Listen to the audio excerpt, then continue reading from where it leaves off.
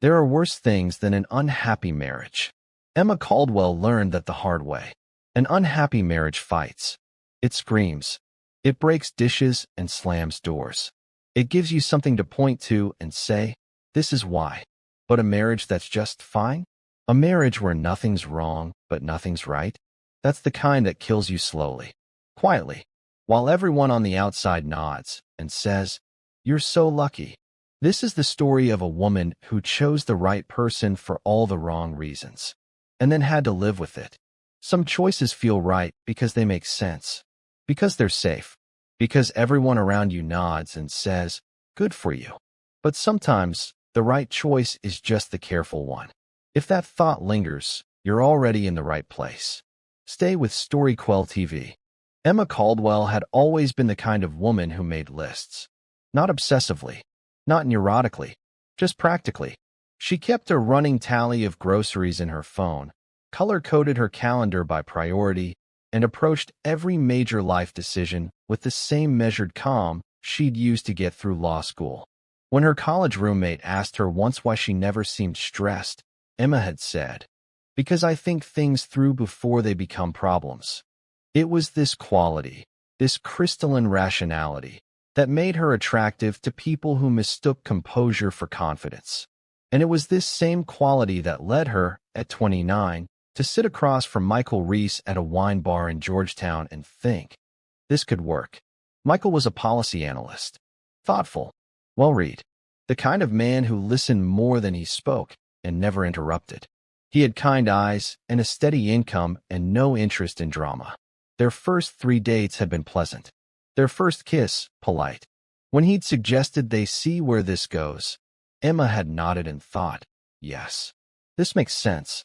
She wasn't swept away. She didn't feel dizzy or reckless or afraid. And that, she told herself, was the point.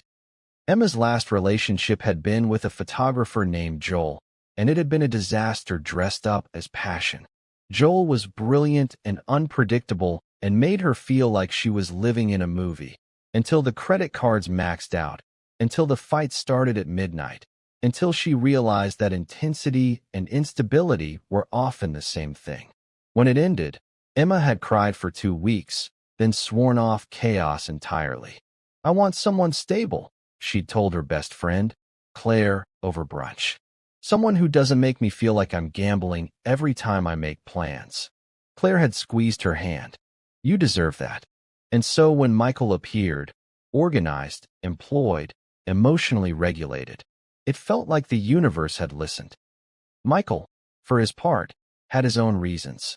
He'd spent most of his 20s dating women who wanted more than he knew how to give. Women who wanted grand gestures and spontaneous road trips and confessions under the stars. Michael wasn't opposed to romance, exactly. He just didn't trust it. His parents had married young, madly in love, and spent the next 20 years in a slow-motion divorce that finally became official when he was 17. I don't want fireworks, he'd told his brother once. I want someone I can build something with. Emma felt like that someone. She was smart, self-sufficient. She didn't need him to complete her, which meant he didn't have to carry the weight of her happiness.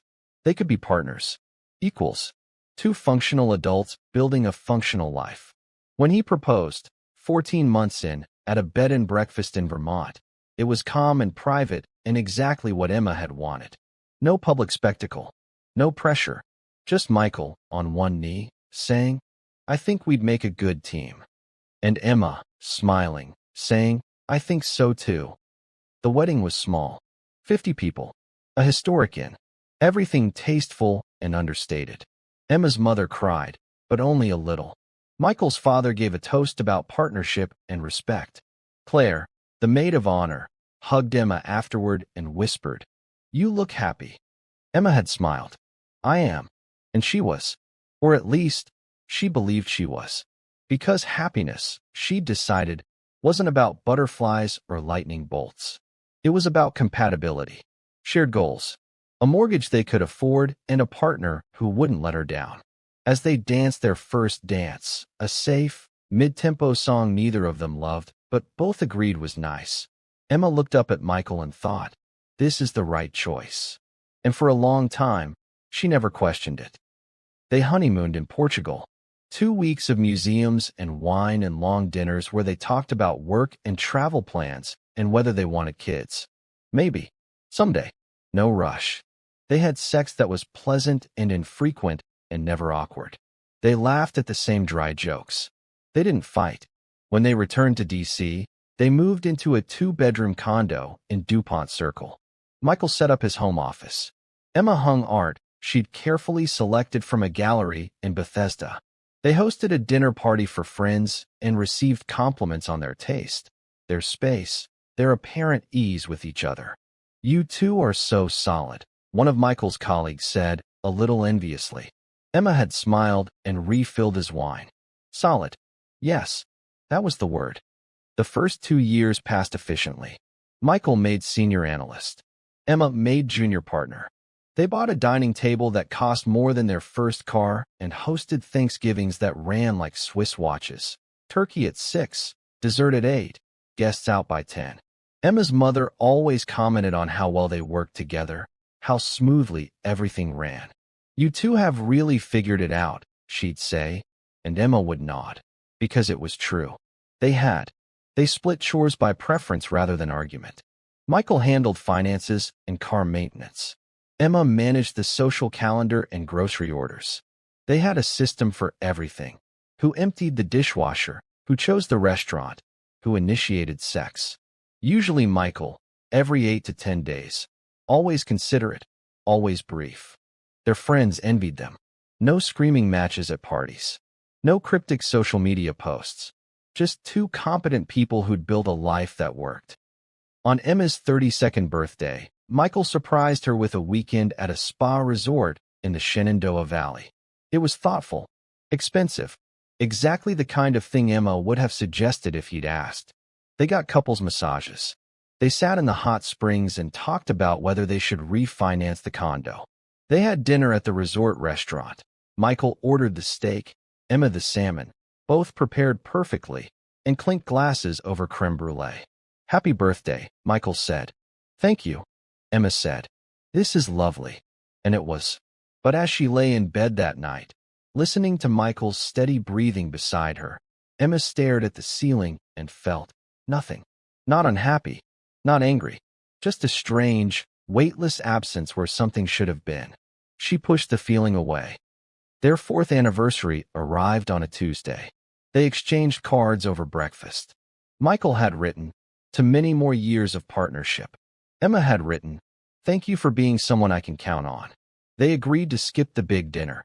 They were both tired and ordered Thai food instead. They ate on the couch, watching a documentary about urban planning. Michael made an insightful comment about zoning laws. Emma agreed. They finished the spring rolls in comfortable silence. When they went to bed, Michael kissed her forehead and said, "Love you." "Love you too," Emma said. She meant it, or she thought she did. It was hard to tell anymore. The words had become a reflex, like saying, "Bless you," after a sneeze. Sex became something they scheduled without naming it as such. Not explicitly. They weren't that clinical. But Emma knew that if it had been more than 2 weeks, Michael would initiate on a Saturday night after they'd had wine with dinner. And she would say yes, because there was no reason to say no, and because it was easier than the alternative conversation. It was fine. Functional. He was attentive in the way someone is attentive when following a recipe. She responded in the expected ways. Afterward, he'd kiss her shoulder and fall asleep, and she'd lie awake, staring at the shadows on the ceiling, wondering why she felt so alone. She never said anything. What would she even say? "I'm not unhappy, but I'm not happy either." Nothing is wrong, but nothing feels right. It sounded ungrateful, childish, like complaining that your sturdy, reliable car didn't give you goosebumps when you turned the key.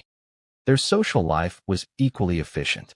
They saw Claire and her husband, Ben, once a month. They attended work functions and smiled in photos. They hosted a book club that met every 6 weeks, where Emma served wine and cheese she'd ordered from a subscription service, and everyone complimented her hosting skills.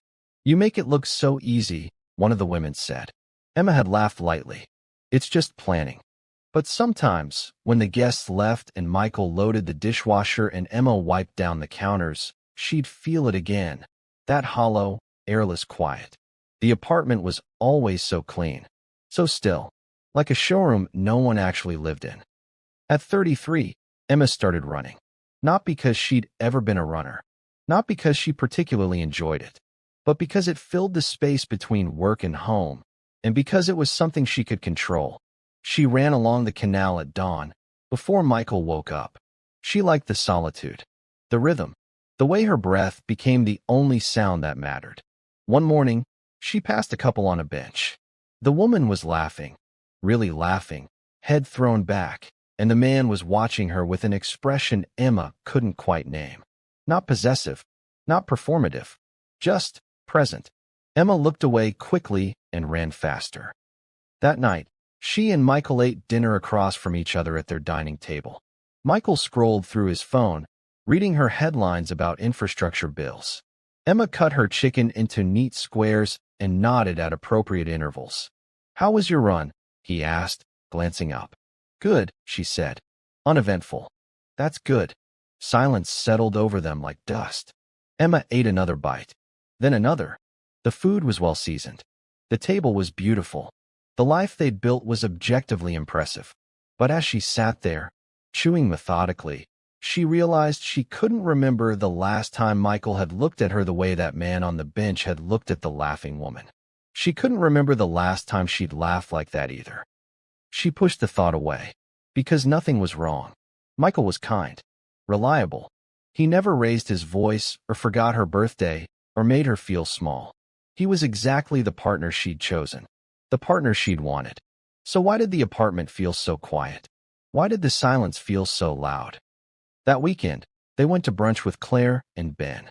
Claire was pregnant, just starting to show, and glowing in that insufferable, genuine way that made Emma happy for her and inexplicably sad for herself. "You two should try soon," Claire said, squeezing Emma's hand. "You'd be amazing parents." Michael smiled politely. "We're still thinking about it." Emma nodded. No rush. But later, in the car, neither of them brought it up. They didn't talk about kids or the future or what they wanted from the next decade. They talked about whether they needed to stop for gas and what they should make for dinner. And Emma realized, with a strange, sinking clarity, that they never talked about anything that mattered. Not really. Not anymore. The disruption came quietly, the way most important things do. Emma's firm took on a new associate in March. His name was Henry Graves, and he'd transferred from the San Francisco office. Corporate law, same as her, but with a background in international arbitration. He was 41, recently divorced, and had the kind of easy competence that made him immediately respected rather than resented. Emma met him at a Monday morning briefing. He shook her hand, smiled, and said, "I've heard good things about your work on the Meridian case." "Thank you," Emma said, professional, reflexive. She didn't think about him again until the following week, when they were both assigned to a client pitch. It was a pharmaceutical merger, complex, high stakes, the kind of project that required late nights and precision. They worked well together. Henry was sharp but not showy. He listened. He asked good questions. 3 weeks in, they stayed late to finalize the presentation. It was nearly 9 when they finally closed their laptops. "I need a drink," Henry said, leaning back in his chair. Emma hesitated. She should go home. Michael would already be there, probably reading or watching something on his tablet, waiting for her so they could eat the dinner he'd reheated. But she didn't want to go home. The realization startled her. "One drink," she said. They went to a bar 2 blocks from the office. Nothing fancy. Dim lighting, decent wine, a jazz trio playing in the corner. They talked about the case at first, then about the firm, then, somehow, about other things. Henry told her about his ex-wife, how they'd married young, grown in different directions, stayed together longer than they should have, because neither of them wanted to admit failure. It wasn't dramatic, he said. No affairs, no blowouts. We just stopped being people who made sense together. Emma took a sip of wine. "How did you know?" "That it was over." He thought about it. I realized I was relieved when she worked late, that I preferred being alone to being with her. He looked at Emma then, something unguarded in his expression. That's when I knew. Emma felt something shift in her chest. A hairline crack in a foundation she'd thought was solid. That must have been hard, she said quietly. It was. But staying would have been harder. She got home at 11.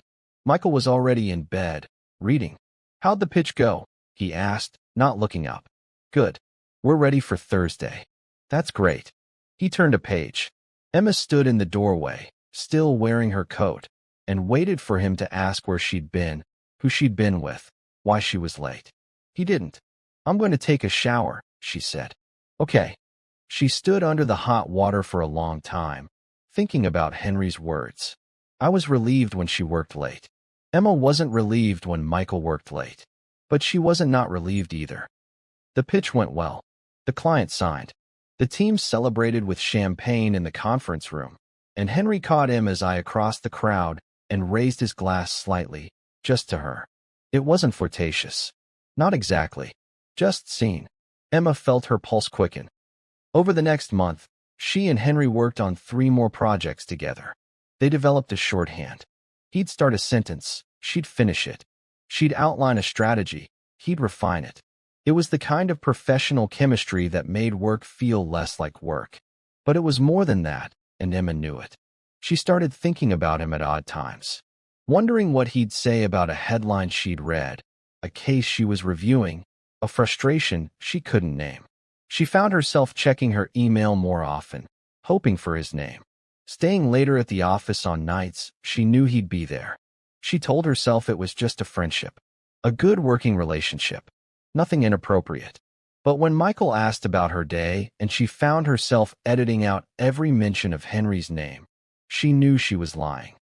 It happened on a Thursday in May. They were working late again, a last-minute contract review that needed to be filed by morning. It was nearly midnight. The office was empty except for the 2 of them. Emma stood to stretch, rolling her neck. Henry looked up from his laptop. You okay? Just tired. We're almost done. Another hour, maybe. She nodded and sat back down, but as she reached for her coffee, her hand brushed his. It was nothing. Incidental. The kind of accidental touch that happens a dozen times a day in any office. But neither of them moved. Emma looked at him. He looked back. And in that moment, that silent, suspended moment, everything she'd been avoiding crashed into focus. She wanted him. Not just professionally. Not just as a colleague or a friend. She wanted to know what his mouth tasted like. What his hands would feel like against her skin. What it would be like to be with someone who saw her, who made her feel awake instead of asleep. Henry's eyes darkened. He knew. She could see it. He felt it too. Emma, he said, his voice low. She pulled her hand back as if burned. I should. She stood abruptly, nearly knocking over her chair. I need to. I'll finish this at home. Emma, wait. But she was already grabbing her bag, her coat, moving toward the door. I'll see you tomorrow, she said, not looking back. She walked to her car in the cold night air, her hands shaking, her heart pounding so hard she thought she might be sick. When she got home, Michael was asleep. Emma stood in the doorway of their bedroom, watching him. His face was peaceful, untroubled. He had no idea that she'd just stood in an empty office at midnight, wanting someone else so badly it hurt. She should feel guilty. She did feel guilty. But underneath the guilt was something worse, the suffocating certainty that she'd built her entire life around the wrong thing. She didn't sleep that night. She lay beside Michael, staring at the ceiling, replaying the moment over and over. The brush of Henry's hand, the way he'd said her name, the look in his eyes that told her she wasn't imagining this. And the worst part, the part that made her chest ache, was that it wasn't about Henry. Not really. It was about the realization that she'd spent 5 years in a marriage where no one looked at her like that, where no one made her feel anything at all. She'd chosen safety, and safety, she was learning, could be its own kind of prison. Sometimes you don't realize you've been holding your breath until someone reminds you what it feels like to exhale. And then you have to decide, do you keep breathing, or do you go back to the safety of stillness? Emma avoided Henry for 3 days. She took calls from her office with the door closed. She scheduled meetings when she knew he'd be in depositions. She left work early, claiming headaches and deadlines, and ignored the concerned look from her assistant. On the 4th day, he caught her in the hallway. Emma. She stopped, her hand on the elevator button. I need to talk to you, he said quietly. I'm late for. Please. Something in his voice made her turn. He looked tired, uncertain, nothing like the confident attorney she'd come to know. 5 minutes, she said. They went to a conference room on the empty 7th floor. Henry closed the door but didn't sit. I'm sorry, he said. For the other night. I shouldn't have. He ran a hand through his hair. I don't want to make things uncomfortable for you. Emma stood by the window, her arms crossed. You didn't do anything wrong. Neither did you. The words hung between them. Emma, he said carefully. I think we should talk about. There's nothing to talk about. Her voice came out sharper than she intended. Nothing happened. Nothing is going to happen. Okay. I'm married. I know. Happily married. Henry looked at her for a long moment. Okay, he said again, softer this time. She couldn't meet his eyes. I should go, she said. She left before he could respond. That night, Michael made salmon and roasted vegetables. He told her about a policy brief he was editing. Emma nodded at the right moments, said, That's interesting, when appropriate, and felt like a stranger in her own life. After dinner, Michael loaded the dishwasher while Emma wiped down the counters. The kitchen was silent except for the sound of running water and the clink of plates. You've been quiet lately, Michael said, not looking up. Emma's hand stilled on the counter. Just busy at work. The merger case? Yeah. How's that going? Fine. Good. She forced herself to sound normal. Should wrap up soon. That's good. He dried his hands and kissed her cheek. A brief, automatic gesture. Then went to his office to finish some work. Emma stood alone in the pristine kitchen and thought, he didn't even ask if I was okay. Then, worse, would I have told him if he did? She started running longer distances. 6 miles. 7. 8.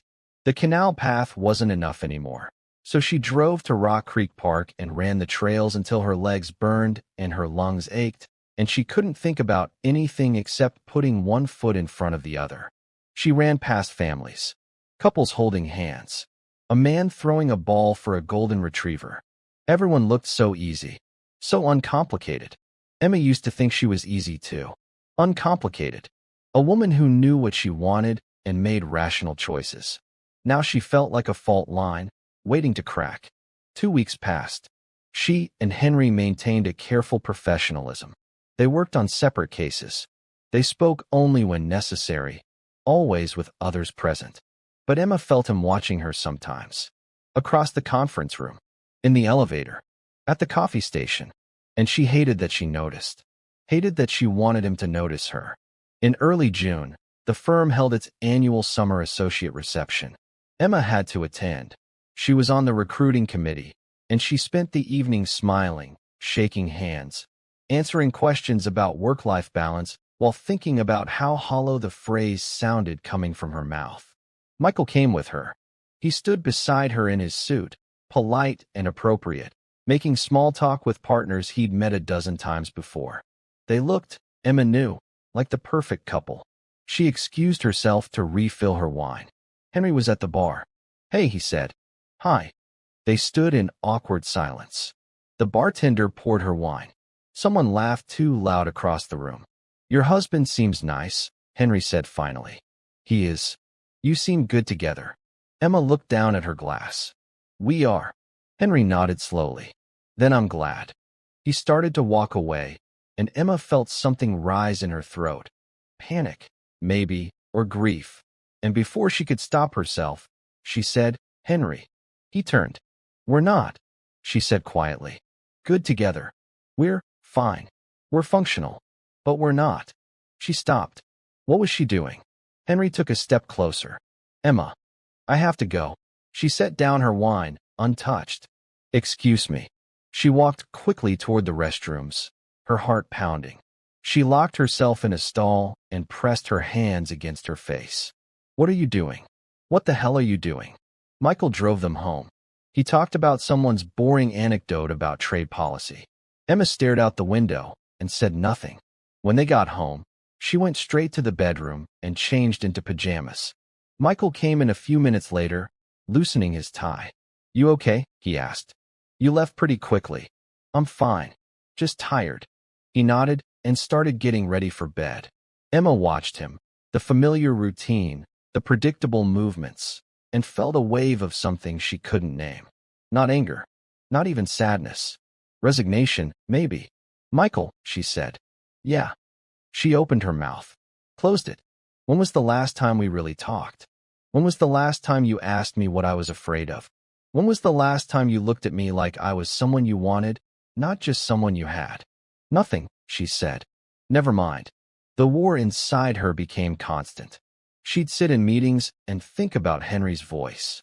She'd lie in bed beside Michael and think about the last time she'd felt truly seen. She'd stand in the shower and imagine a different life, one where she'd been braver or reckless, or just awake enough to know what she was choosing when she said yes to safety. But she never acted on it. She didn't text Henry outside of work, didn't engineer reasons to be alone with him, didn't cross the line she'd drawn in her own mind. Because she was a good person, because she'd made vows, because even if her marriage felt empty, ending it felt impossible. One Saturday morning in July, Emma and Michael had breakfast on their small balcony. The weather was perfect. The coffee was good. Michael read the news on his tablet. Emma stared at the skyline. "Do you think we're happy?" she asked suddenly. Michael looked up, surprised. "What? Are we happy?" "You and me." He set down his tablet, frowning slightly. "Where is this coming from?" "I'm just asking." He considered the question as if it were a work problem. "I think we have a good life. We're compatible. We respect each other." He reached across the table and squeezed her hand. "I'm happy. Aren't you?" Emma looked at his hand on hers. It was warm, familiar, completely insufficient. "Yeah," she said. "Of course." He smiled and went back to his tablet. Emma looked away, blinking against the brightness of the sun, and thought, "I'm lying." And he has no idea. That night, she dreamed about Henry. Not a sexual dream, though there was desire in it. In the dream, they were sitting in an empty office, just talking. He was telling her something important, something that made her chest ache, and she was listening, really listening, and feeling awake. She woke at 3 a.m, Michael asleep beside her, and pressed her hands over her face. She couldn't do this. She couldn't keep pretending. But she couldn't leave either, because leaving meant admitting she'd been wrong, that the careful, rational choice she'd made 5 years ago had been a mistake, that safety wasn't enough. And if she admitted that, if she walked away from Michael, from this life, from everything she'd built, what would she be left with? No guarantees, no certainty, just the terrifying, exhilarating possibility that she might feel something real again. She didn't sleep the rest of the night. She lay in the dark, listening to Michael breathe, and understood with brutal clarity that she was trapped. Not by him, by herself, by the choice she'd already made.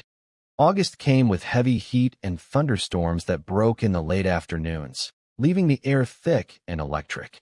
Emma stopped avoiding Henry, not because she'd made peace with anything, but because avoidance had started to feel more obvious than proximity. They worked together when necessary. They were cordial, professional, and underneath it all, the current still ran. She could feel it every time they were in the same room. That invisible wire pulled taut between them.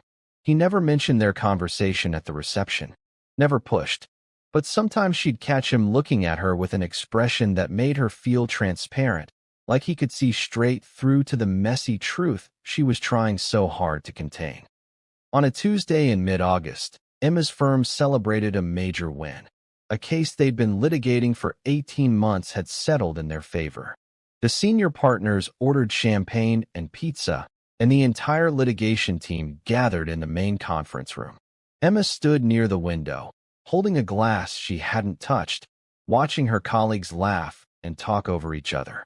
Henry was across the room, listening to one of the paralegals tell a story, smiling at the right moments. She wondered if he felt it too. this strange hollowness that came with celebrating things that didn't matter. Claire appeared at her elbow. You okay? Emma startled. What? You look a million miles away. Just tired. Claire studied her. They'd been friends for 15 years. She knew when Emma was lying. You want to get lunch tomorrow? Claire asked gently. Just us. Emma nodded. Yeah, that'd be good. They met at a small French bistro near Claire's office. Claire was visibly pregnant now, nearly 6 months, and glowing in that insufferable, genuine way that made Emma ache. They ordered salads, made small talk about work and Claire's nursery plans. Then Claire set down her fork and looked at Emma directly. What's going on? Nothing. Emma, I'm fine. You're not. Claire's voice was kind but firm. You haven't been fine for months. Talk to me. Emma looked down at her plate. She could feel the words building in her throat. Everything she'd been holding back, pushing down, pretending didn't exist. I don't know if I'm happy, she said finally. Claire waited. I don't know if I've been happy. In my marriage. Maybe ever. Emma's voice cracked. And I don't know what to do with that. Have you talked to Michael? And say what? Nothing's wrong, but nothing's right. He'd think I was insane. He's your husband, Em. He deserves to know how you feel. Emma laughed bitterly. He doesn't even know me. Not really. We talk about work and schedules and where to eat dinner, but we don't. She stopped, pressing her fingers to her eyes. I can't remember the last time we had a real conversation. The kind where you say something true and scary and the other person actually hears you. Claire reached across the table and took her hand. Do you still love him? Emma opened her mouth, closed it. Did she? She cared about Michael. She respected him. She didn't want to hurt him. But love? I don't know, she whispered. I think I love the idea of him. The safety, the stability. But now I just feel numb. Is there someone else? Emma pulled her hand back. No, Emma, I haven't done anything. That's not what I asked. Emma looked away, her throat tight. There's someone at work. Nothing's happened. But she couldn't finish. Claire was quiet for a long moment. What are you going to do? I don't know. You have to decide. One way or the other. Because this, living in limbo, it's killing you. Emma nodded, but the weight in her chest only grew heavier. That night, she came home to find Michael in the kitchen, making dinner. NPR played softly on the counter speaker. He looked up when she walked in. Hey, how was lunch with Claire? Good. She's doing well. That's great. He went back to chopping vegetables. Emma set down her bag and watched him. This man she'd chosen, this life she'd built, and felt the truth settle over her like a stone. She didn't want to be here. Not in this kitchen. Not in this marriage. Not in this careful, airless life they'd constructed. But leaving felt impossible. Michael, she said. She watched him for a moment. His steady hands, his focused expression, the ease with which he moved through a task he'd done 1,000 times before. Do you think we talk enough? She asked. He glanced up, confused. We're talking now. I mean really talk. About things that matter. He set down the knife. What's this about? She struggled to find words that wouldn't sound like an accusation. Do you ever feel like we're just going through the motions? Michael frowned. I don't know what you mean. Like we're roommates instead of partners. He crossed his arms, defensive now. Emma, where is this coming from? Is something wrong? I don't know. You don't know? I just feel like we're disconnected. Like we live parallel lives instead of one shared life. Michael stared at her.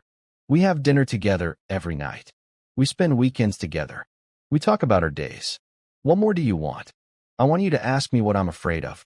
I want you to notice when I'm not okay. I want you to look at me like you see me. But she couldn't say any of that. I don't know, she said again, helpless. Michael sighed. Emma, I think you're just stressed. Work's been intense. Maybe you should take some time off.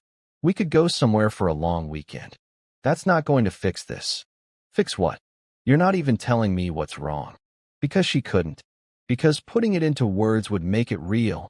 And once it was real, she'd have to do something about it. Never mind, she said quietly. I'm sorry. You're right. I'm just tired. Michael looked at her for a moment longer, then nodded and went back to cooking. And Emma stood there, watching him, and understood with devastating clarity that he'd never push. He'd never dig deeper. He'd take her at her word and move on because that was easier than confronting the thing she couldn't say. They were broken, and he didn't even know. The next day, Emma was reviewing a contract when her office phone rang. Henry's extension. She stared at it for 3 rings before answering. Graves. Emma. Hey, do you have a minute? I'm kind of swamped. It's about the Hartman deposition. I need your take on something. Work. Safe. Come by in 10. He knocked exactly 10 minutes later. She waved him in, and he closed the door behind him. So, Hartman, she said briskly. What's the issue? There's no issue. Emma looked up. Henry was standing by the door, his hands in his pockets, looking uncertain in a way she'd never seen. I lied, he said. I needed to talk to you. Alone. Her pulse quickened. Henry, I'm leaving the firm. She froze. What? I got an offer from a boutique in Boston. International arbitration. It's a good move. Better trajectory. He paused. I'm taking it. Emma felt something collapse inside her chest. When? End of September. I gave notice this morning. 6 weeks. That's... Congratulations, she managed. Emma. He took a step closer. I need to say something, and I need you to let me finish. Henry, don't. Please. She closed her mouth. He took a breath. I'm not leaving because I don't like it here. I'm leaving because being around you, working with you, seeing you every day, and not being able to. He stopped, running a hand through his hair. It's not fair to you. And it's not fair to me. Emma's throat tightened. I know you're married, he continued. I know nothing can happen. But I need you to know that these past few months have been, he shook his head. You make me feel like I'm awake for the first time in years. And I hope, I do the same for you. She couldn't speak. If you were happy, Henry said quietly, if your marriage was what you needed it to be, I wouldn't be saying this. But I don't think you are. And I think you know it. That's not. I'm not asking you to leave him. I'm not asking you for anything. I just need you to know that what you feel, it's real. And you deserve to feel it. You deserve to be with someone who sees you. Tears burned behind her eyes. I have to go, she whispered. Emma. But she was already standing, already moving toward the door. Congratulations on Boston, she said, her voice breaking. I hope it's everything you want. She walked out before he could respond. She made it to the bathroom before she started crying.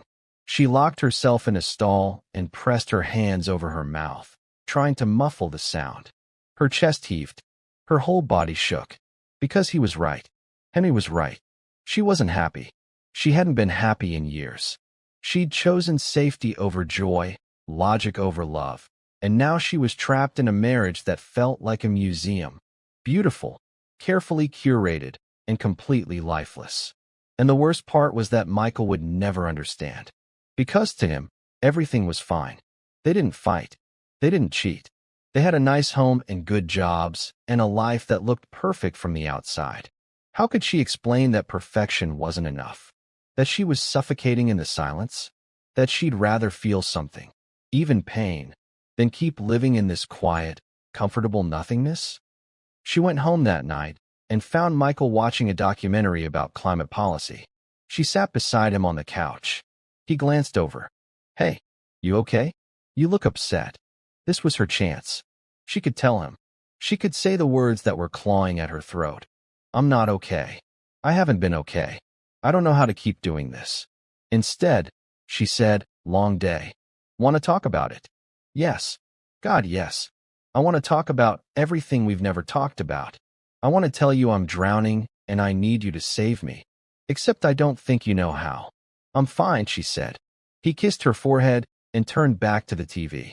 Emma sat there, inches away from her husband, and felt the truth settle into her bones with a weight that wouldn't lift. She was going to stay, not because she wanted to, not because she loved him the way she should, but because leaving would mean admitting failure. It would mean hurting someone who didn't deserve it. It would mean stepping into the unknown with no guarantee of anything better. And Emma had spent her whole life avoiding risk. So she would stay, and staying would slowly kill her. September arrived with cooler air and shorter days. Henry's departure was announced in a firm-wide email. Colleagues congratulated him. Someone organized a goodbye lunch. Emma sent a polite message wishing him well and didn't attend. She saw him one last time, in the elevator on his final day. He was carrying a box of desk items. She was holding a coffee she didn't want. "Emma," he said. "Henry." The elevator descended in silence. 30 floors. 20. 10. At the lobby, the doors opened. Henry stepped out, then turned back. "Be happy," he said quietly. "However you can." The doors closed before she could respond. That night, Emma and Michael had dinner at the dining table they'd spent too much money on. Chicken and rice. A green salad. White wine neither of them finished. Michael talked about a meeting he'd had with a senator's aide. Emma nodded at appropriate intervals. She cut her chicken into precise squares. Chewed. Swallowed. "You're quiet tonight," Michael said. "Just thinking." "About work?" "Yeah." He accepted this without question. He always did. After dinner, they cleaned the kitchen together in their usual choreography, him loading the dishwasher, her wiping the counters. The silence was comfortable, familiar, suffocating. Emma started going to bed earlier. Not because she was tired, but because it gave her an excuse to be alone. She'd lie in the dark, listening to Michael move through the apartment, the sound of the TV, the faucet running, his footsteps in the hall. When he finally came to bed, she'd pretend to be asleep. He'd kiss her shoulder, a reflexive gesture, then turn away.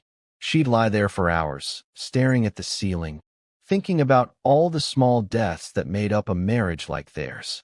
Work became mechanical. She billed hours, attended meetings, reviewed contracts. Everything she'd once cared about felt distant, like she was watching herself perform the role of her own life. Her assistant asked if she was feeling all right. A partner commented that she seemed distracted. Emma smiled and said she was fine, just tired, and everyone accepted it because people always accept fine when they don't want to dig deeper. Claire called twice. Emma let both calls go to voicemail. She couldn't talk to Claire, couldn't face the questions she'd ask, the gentle insistence that Emma do something. Because what was there to do? She'd made her choice. She'd chosen to stay, and now she had to live with it. In October, Emma and Michael went to a wedding. One of Michael's colleagues was getting married. A young couple, mid-20s, so obviously in love it was almost painful to watch. The bride cried during her vows. The groom's voice broke when he said, "I do." They kissed like they'd been drowning and had just found air. Emma sat beside Michael during the ceremony and felt nothing. At the reception, they danced to a slow song because it was expected. Michael's hand was on her waist. Her hand was on his shoulder. They moved in careful, practiced circles. "They seem happy," Michael said. "Yeah. Remember our wedding?" Emma looked up at him. His face was open, nostalgic. He was smiling. "Of course," she said. "That was a good day." It was it? She couldn't remember anymore. She remembered the logistics, the timeline, the venue, the guests. But the feeling? The emotion? It was like trying to recall a dream she'd never fully had. The song ended. They returned to their table. Michael chatted with his colleagues. Emma smiled and nodded and drank wine she didn't taste. Later, during the toasts, the best man said something about how love wasn't a feeling but a choice you made every day. Emma felt something crack inside her chest. Because she was choosing. Every single day, she was choosing to stay. But it didn't feel like love. It felt like resignation. November brought Thanksgiving. They hosted, as they always did. Emma's mother, Michael's parents, his brother and sister-in-law. 12 people around their dining table, eating food Emma had carefully planned and Michael had competently executed. Everyone complimented the meal. Michael's father made a toast about family and gratitude. Emma's mother squeezed her hand and whispered, "You've built such a beautiful life." Emma smiled and said thank you. That night, after everyone had left and the kitchen was clean, Michael poured 2 glasses of bourbon and sat beside her on the couch. "I think that went well," he said. "Yeah. Your mom seemed happy." "She did." He sipped his drink. "She told me she's proud of us. How stable we are. How we figured it out." Emma stared at her glass. "Figured what out?" "Marriage." Life. He shrugged. I don't know. She just said we make it look easy. Easy. Emma almost laughed. Instead, she said, I'm going to bed. Already? It's only 9. I'm tired. Michael kissed her cheek. Okay. I'll be up soon. She went to the bedroom, closed the door, and sat on the edge of the bed. Easy. Stable. Beautiful. All the words people use to describe a life that had stopped feeling like hers. In early December, Claire finally cornered her. She showed up at Emma's office unannounced, 7 months pregnant and determined. We're going to lunch, she said. Now. Emma tried to protest, but Claire was immovable. They went to the same bistro as before, ordered the same salads. But this time, Claire didn't ease into it. You're disappearing, she said bluntly. I can see it. Everyone can see it. You need to talk to someone, a therapist, a friend, someone. I'm fine. Stop saying that. You're not fine. You haven't been fine since summer, and it's getting worse. Emma looked down at her plate. What do you want me to say? I want you to tell me what's going on. I want you to stop pretending. I'm not pretending. Yes, you are. You're pretending you're happy. Pretending your marriage is fine. Pretending you don't regret. Claire stopped herself. Emma, please, talk to me. And maybe it was exhaustion, or maybe it was the fact that pretending had become too heavy to carry alone, but Emma finally broke. I don't love him, she whispered. I don't think I ever did. Not really. I love the idea of him, the safety, but now I just feel empty, like I'm living someone else's life. Claire's eyes filled with tears. Oh, Em. And the worst part is that he doesn't even know. He thinks everything is fine because nothing is wrong. There's no abuse, no cheating, no fights. It's just nothing. And how do you end a marriage over nothing? It's not nothing if you're unhappy. But I chose this. I chose safety. I chose logic. And now I have to live with that choice. You don't, Claire said fiercely. You can leave. You can start over. Emma shook her head.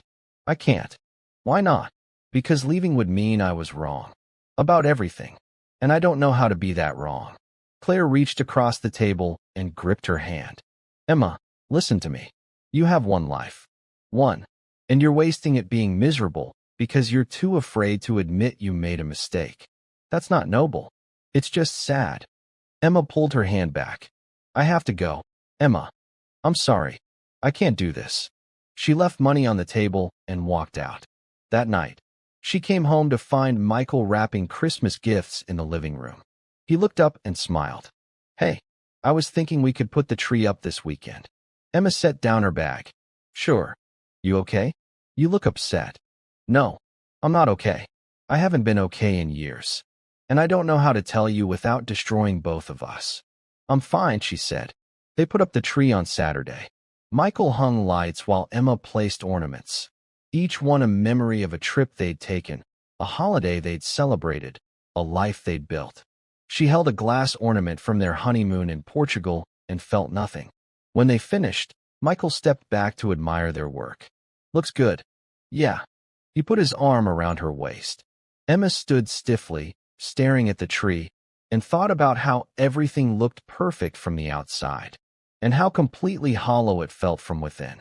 December continued its slow, cold march toward the holidays.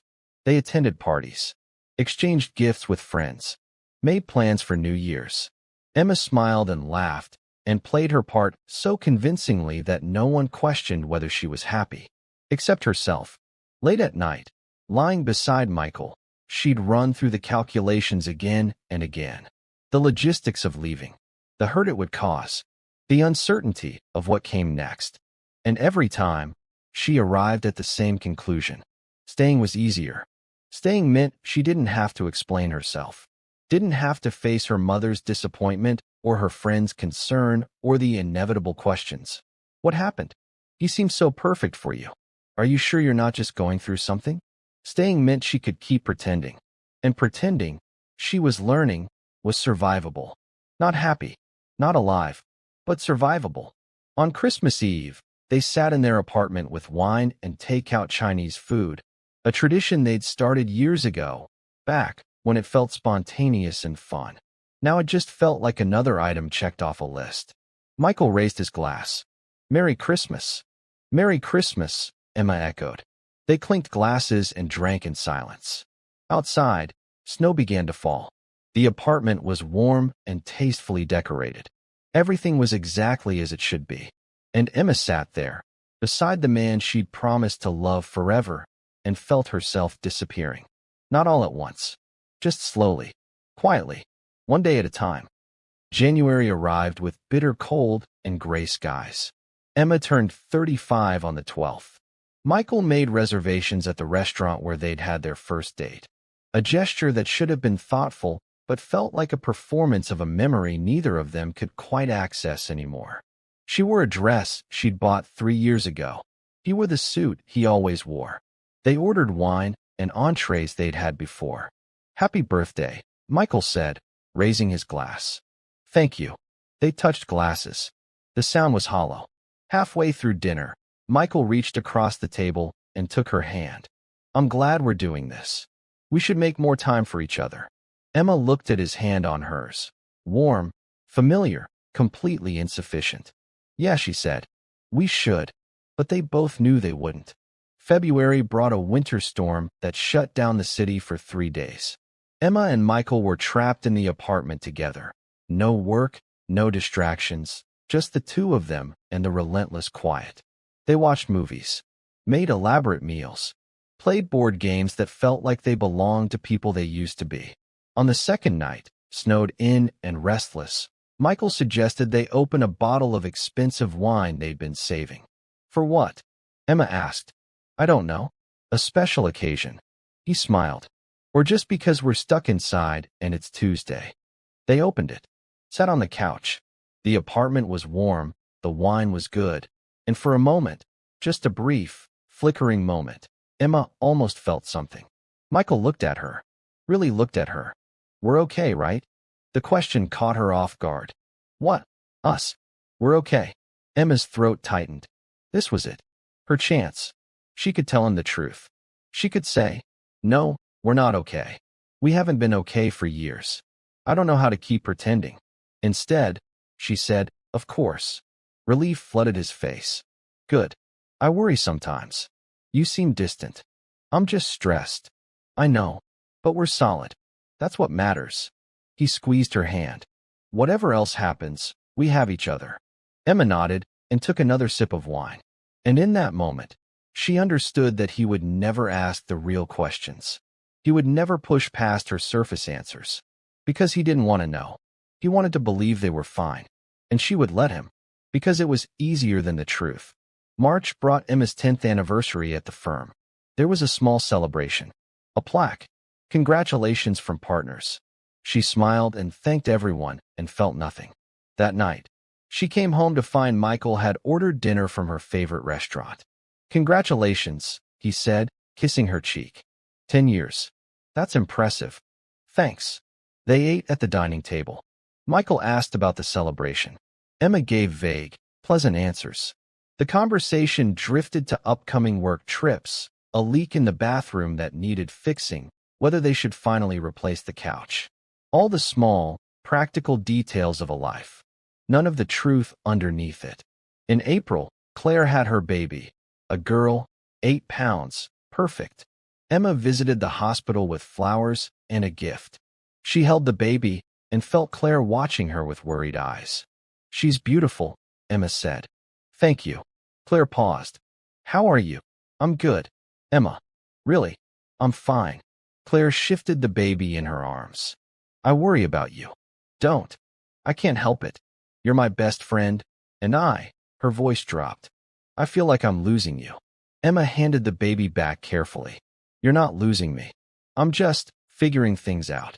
"Are you?" Emma didn't answer. May arrived with warmth and longer days. Emma started running again, though now it felt less like exercise and more like escape. She ran farther, harder, pushing herself until her body demanded all her attention and her mind could finally go quiet. One Saturday morning, she ran past the bench where she'd once seen the laughing couple. It was empty now. She wondered if they were still together, if they'd stayed happy, if what she'd seen had been real or just a moment, a single frame from a much more complicated story. She ran until her legs burned. until she couldn't think anymore, until she was too tired to feel. Their 7th anniversary fell on a Thursday. They went through the motions: cards, dinner, a polite exchange of affection. Michael gave her a bracelet. Emma gave him a leather portfolio for work. Both gifts were thoughtful. Both were forgettable. That night, lying in bed, Michael reached for her. It had been months. Emma knew it. He knew it. Neither of them had mentioned it. She let him kiss her, let him touch her, went through the familiar choreography with practiced precision. Afterward, he held her and whispered, "I love you. I love you too," she said automatically. The words meant nothing. They'd said them so many times they'd worn smooth. Coins rubbed of all their markings, impossible to tell what they'd once been worth. In June, Emma ran into Henry's name in an email chain. Someone at the firm had CC'd him by accident on a matter he'd worked on before leaving. Emma stared at his name for a long time, wondered where he was, if Boston had been what he'd hoped, if he'd found someone who made him feel awake. She never replied to the email, never reached out. What would she even say? You were right. About everything. But I stayed anyway. Summer passed in a blur of work and routines. Emma and Michael took a week in Maine. A rental house near the coast, the kind of vacation that looked perfect in photos. They hiked, read books on the porch, made dinners together in the small kitchen. On their last night, they sat on the beach watching the sunset. Michael put his arm around her. "This was nice," he said. "We should do this more often." "Yeah. Maybe next year we could try Vermont. Or maybe go back to Portugal." Emma watched the sun sink into the ocean, the sky bleeding red and orange, and thought about how beautiful things could be even when you felt nothing looking at them. "Maybe," she said. Fall arrived. The leaves turned. The air cooled. Another year circling back to where it had started. Emma woke up one morning in October, a Saturday, unremarkable, and lay in bed staring at the ceiling. Michael was already up, making coffee in the kitchen. She could hear him moving through their morning routine, the same one they'd performed 1,000 times. She thought about getting up, joining him, going through another day of careful pleasantness. And she realized, with a clarity that felt like cold water, that this was it. This was her life, not a temporary state, not something she was moving through on her way to something else. This was it. She would wake up beside Michael every morning. They would have pleasant conversations about nothing. They would host dinners and take vacations and celebrate milestones. They would grow older together, their lives running parallel, never quite intersecting. And one day, maybe in 20 years, maybe in 40, one of them would die, and the other would mourn, not for what they'd lost, but for what they'd never had. She got out of bed, went to the kitchen. Michael looked up and smiled. "Morning. Coffee, please."